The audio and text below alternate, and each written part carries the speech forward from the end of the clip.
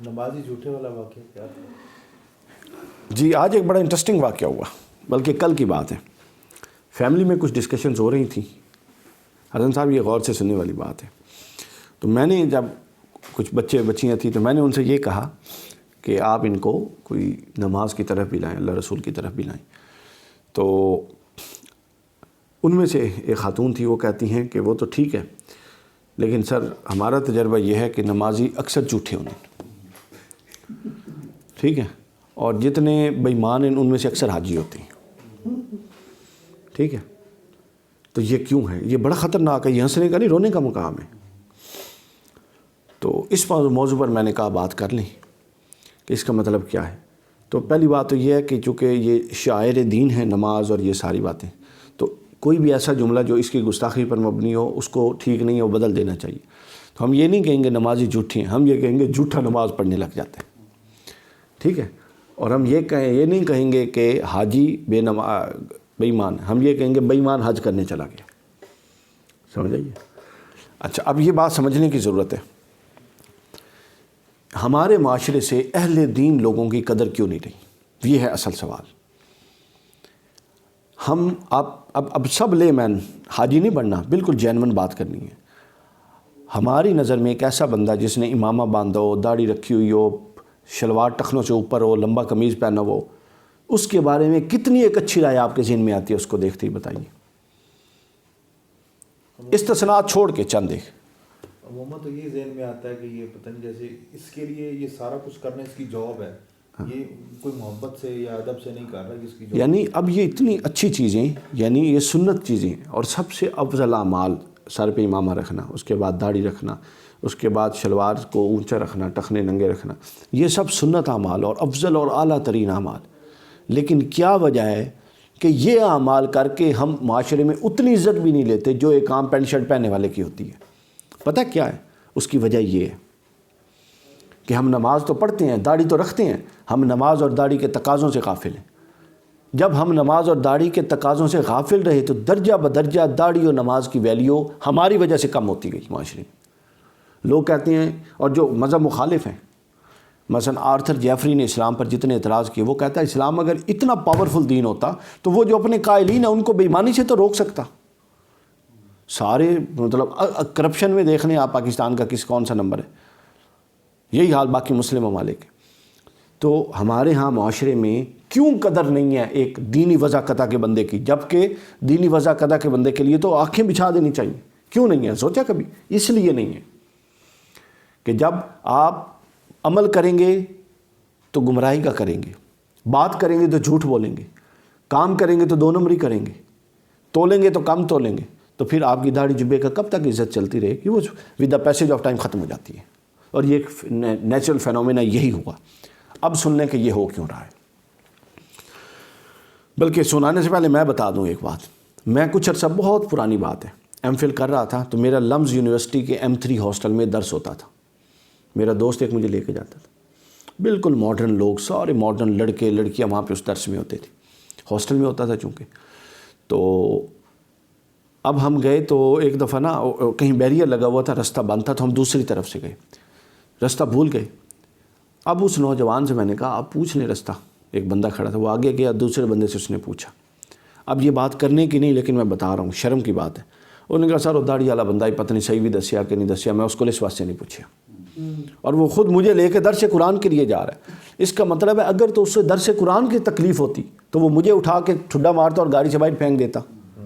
تو جب مجھے وہ لے کے جا رہا ہے اور دوسرے کے بارے میں اس کی یہ رائے ہے، تو اس کا کیا مطلب ہے کہ ہم نے داڑھی تو رکھی، جبہ کبہ تو رکھا، لیکن داڑھی اور جبہ کبہ کا تقدس ہم نے تباہ کر دیا اپنے عمل سے۔ اب یہ ہو کیوں رہا ہے؟ یہ سنیں، یہ ایک پورا دینی فلسفی ہے جس کو پروموٹ کیا جا رہا ہے۔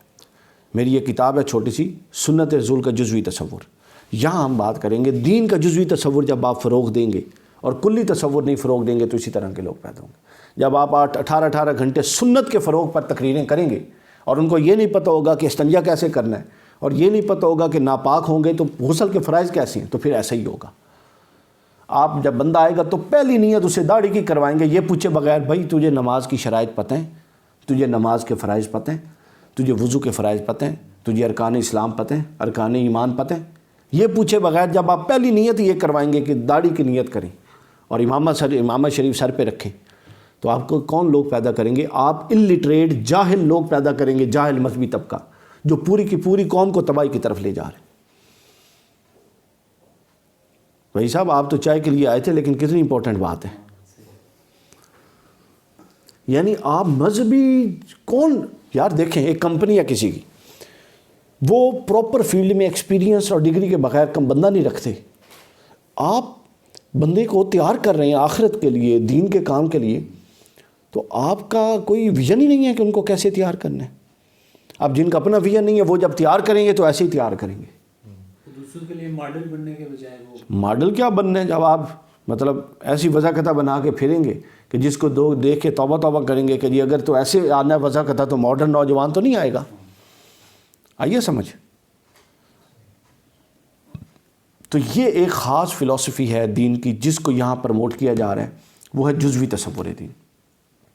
مثلا میرا مزاج ہے کہ جی آپ اپنا نفل پڑھیں بالفرض، میں پوری تقریر اور پورا اپنا دین کا فلسفی ایسے رکھتا ہوں کہ نفل میں ہی سارا کچھ ہے۔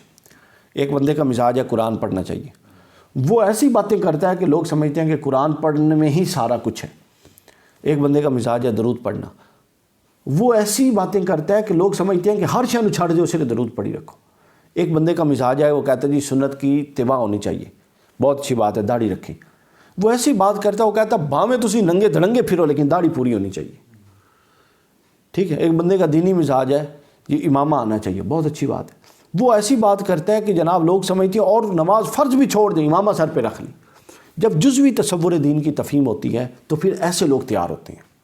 اچھا جزوی تصور دین کی تفہیم کیوں ہو رہی ہے؟ چونکہ جو پڑھانے والے ہیں ان کا اپنا تصور ہی کامل نہیں ہے۔ قرآن نے کہا تھا علم اقرا بسم ربک الذی خلق، اللہ کے نام سے پڑھیے، اور اللہ نے اپنی جو صفت یہاں بیان کی وہ صفت خلق، خلاقیت، انوویشن، ٹھیک ہے۔ یعنی اللہ جو پہلا تعارف اپنا انسانیت کو کروا رہا ہے وہ کیا کروا رہا ہے کہ میں ایک انوویٹو پرسنالٹی ہوں، میں ہر روز نئے نئے کمالات چاہتا ہوں، خود بھی کرتا ہوں اور تم سے بھی چاہتا ہوں۔ یہ کتنی بڑی بات ہے، انوویشن، ٹھیک ہے۔ اچھا چلیں آپ انوویشن میں نہ جائیں، کم از کم جو اصل کنسیپٹ ہے اس پر تو آ جائیں۔ یعنی آپ فرائض کا پراپر علم رکھیں، اس کے بعد آپ واجبات کا پراپر علم رکھیں، جو علمی ضرورتیں ہیں مسلمان ہونے کی وہ پراپر سکھائیں، پڑھائیں۔ ہر ایک کا اپنا درجہ ہے، فرض کو سنت کے درجے میں لانا ظلم ہوگا، سنت کو فرض کے درجے میں نہیں لایا جا سکتا۔ تو جب مزاجوں کے بنیاد پر تفہیم ہوتی ہے تو پھر مزاج اگر سنت سے مواصلت رکھتا ہے تو آپ سنت کو فرض پہ فوقیت کر دیتے ہیں، اور آپ کے چاہنے والے یہ کہتے ہیں، اب ہمارے ہاں چونکہ جہالت در جہالت، مریدی در مریدی چل رہی ہے، تو چاہنے والے پتہ کیا کہتے ہیں؟ وہ کہتے ہیں اگر ایک گل اس طرح ہوتی تو فلاں صاحب اس طرح نہ کہہ دیتے۔ یعنی ہمارے ہاں سنت ہے فلاں صاحب، نہ سنت ہے، نہ قرآن ہے، نہ حدیث ہے، یہ ہے تباہی۔ اب آپ کو سمجھ آئی ہے کہ یہ کیوں ہو رہا ہے؟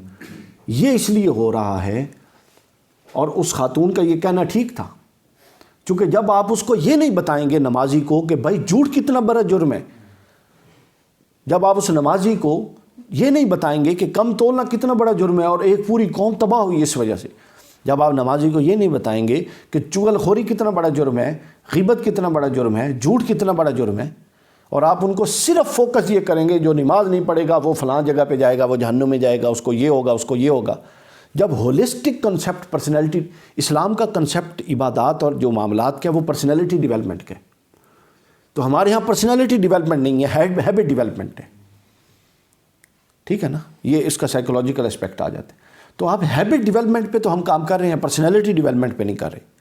پرسنالٹی ڈیولپمنٹ ہوتی ہے تمام چیزوں کو اکٹھا لے کے چلنے سے، آپ کی فکر بھی عروج پر ہو، آپ کا جسم بھی فٹ نظر آئے، آپ کا لباس بھی ٹھیک ہو، اور آپ کی بات چیت بھی ٹھیک ہو، آپ روحانی طور پہ بھی مضبوط ہوں، ٹھیک ہے۔ اب یہ نہیں کہ ایک بازو تو آپ کھینچ کے وہاں تک لے جائیں، دوسرا بازو کاٹ دیں اور آپ کہیں جی چونکہ دو دے برابر ہو گیا لہٰذا یہ کام کرے گا، یہ نہیں دو دے برابر کام کرے گا، عدم توازن ہے۔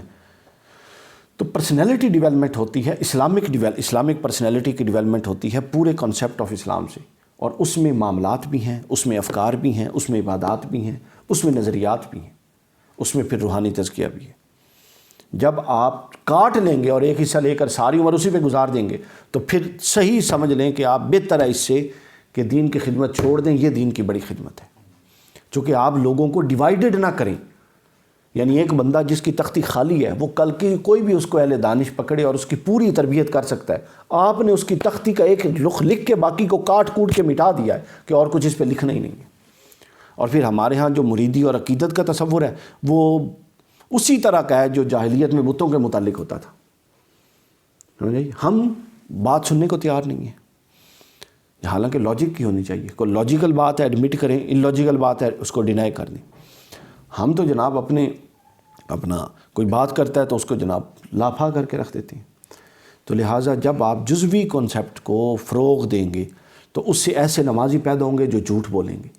جب آپ کلی کانسیپٹ کو فروغ دیں گے اور اس کو بتائیں گے کہ نماز کے ساتھ جھوٹ بولنا, نماز کے ساتھ حرام کھانا, نماز کے ساتھ غیبت اور چغلی کرنا, نماز کے ساتھ بیوی بچوں کے حقوق قضا کرنا, ماں باپ بہن بھائیوں کے حقوق قضا کرنا بھی حرام ہے, پھر وہ پوری پرسنالٹی ڈیولپ ہوگی.